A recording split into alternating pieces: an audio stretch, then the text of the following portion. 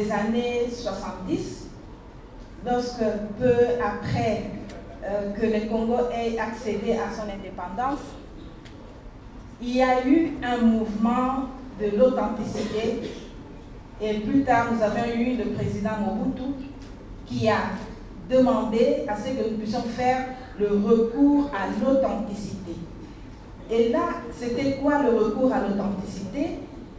Il a voulu que nous puissions être authentiques. Quand on voit une femme zaïroise à l'époque et un homme zaïrois, qu'on sache dire voilà un zaïrois, voilà une zaïroise. Rien qu'à partir de son habillement. Et donc, le président Mobutu avait demandé à ce que toutes les femmes se mettent en pagne. Bien sûr, le pagne, c'est un habillement culturel, africain. On le trouve presque partout. Et c'était devenu notre tenue.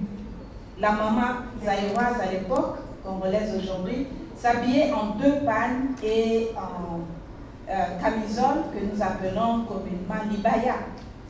Et l'homme zaïrois s'habillait en abakos. Et ça faisait notre identité.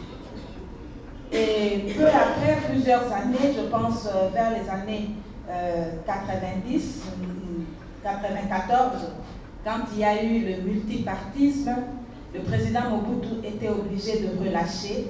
Et là, les hommes ont repris la veste. Et qu'est-ce qu'il voulait? Il voulait que nous soyons authentiques, que nous ne puissions pas copier l'Occident. Parce qu'avec la veste, cravate, tout cela, c'était vraiment un habillement occidental.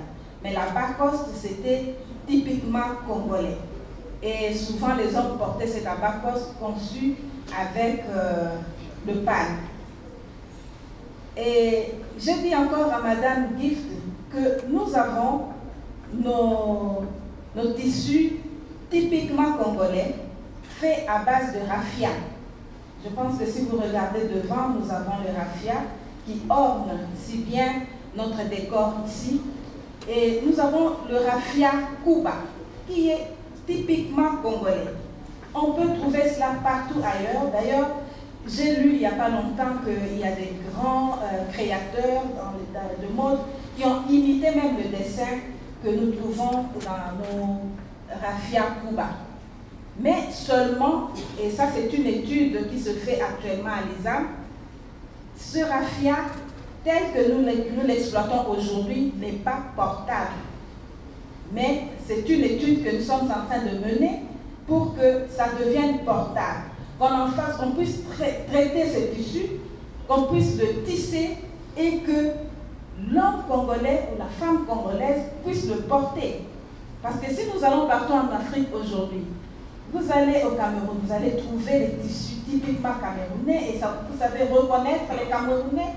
Vous allez au Burkina, ils ont leur tissu à eux, vous savez les reconnaître et ils sont fiers de les porter.